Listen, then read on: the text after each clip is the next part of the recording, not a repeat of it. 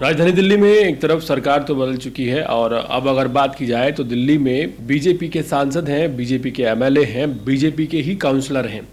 यानी कि ज़मीन से लेकर हवा से लेकर आसमान तक पर बीजेपी का राज कायम है। लेकिन दूसरी तरफ अगर बात की जाए अपराध की तो अपराध कम होने का नाम ही नहीं ले रहा। तरह तरह की वारदातें सामने आ रही हैं जो दिल दहलाने वाली हैं। हाल ही में दिल्ली के सीलमपुर में एक घटना सामने आई थी जहां कुणाल नाम के एक युवक की जान ले ली गई थी। अब उसी सीलमपुर के जे ब्लॉक से खबर सामने आ रही है जो काफ़ी ज़्यादा चौंकाने वाली है। सीलमपुर में 20 साल के एक लड़के की, जिसका नाम समीर था, सरेआम गोली मारकर जान ले ली गई। समीर के पिता कमरुद्दीन ने मीडिया को ये रोते हुए बताया कि उनका बेटा खाना खाने के बाद टहलने के लिए घर से बाहर निकला था। वो अपनी नानी के घर जाने वाला था, लेकिन वहीं कुछ बदमाशों ने घेर कर उसके ऊपर फायरिंग की, उसकी जान चली गई।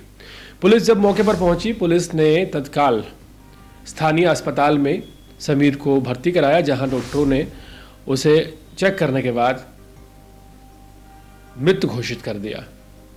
जिस तरह की घटनाएं सामने आ रही हैं वाकई प्रश्न खड़ा करती हैं कि दिल्ली में जिसकी सरकार है उसी के सांसद हैं, उसी के काउंसलर हैं और उसी के अंडर एलजी भी है और दिल्ली पुलिस भी है। यानी कि पूरा प्रशासन, पूरा का पूरा सिस्टम बीजेपी के अंडर है।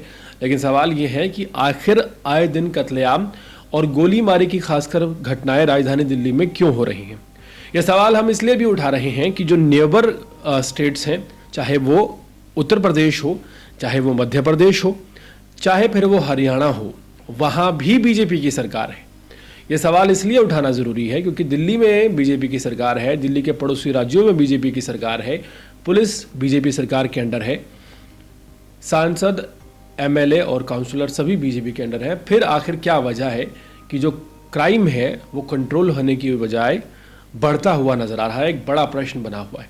हाल फिलहाल पूरे इलाके में 20 वर्षीय समीर की इस तरह से गोली मारकर हत्या कर दी गई, जिसके बाद तनाव बना हुआ है। लोग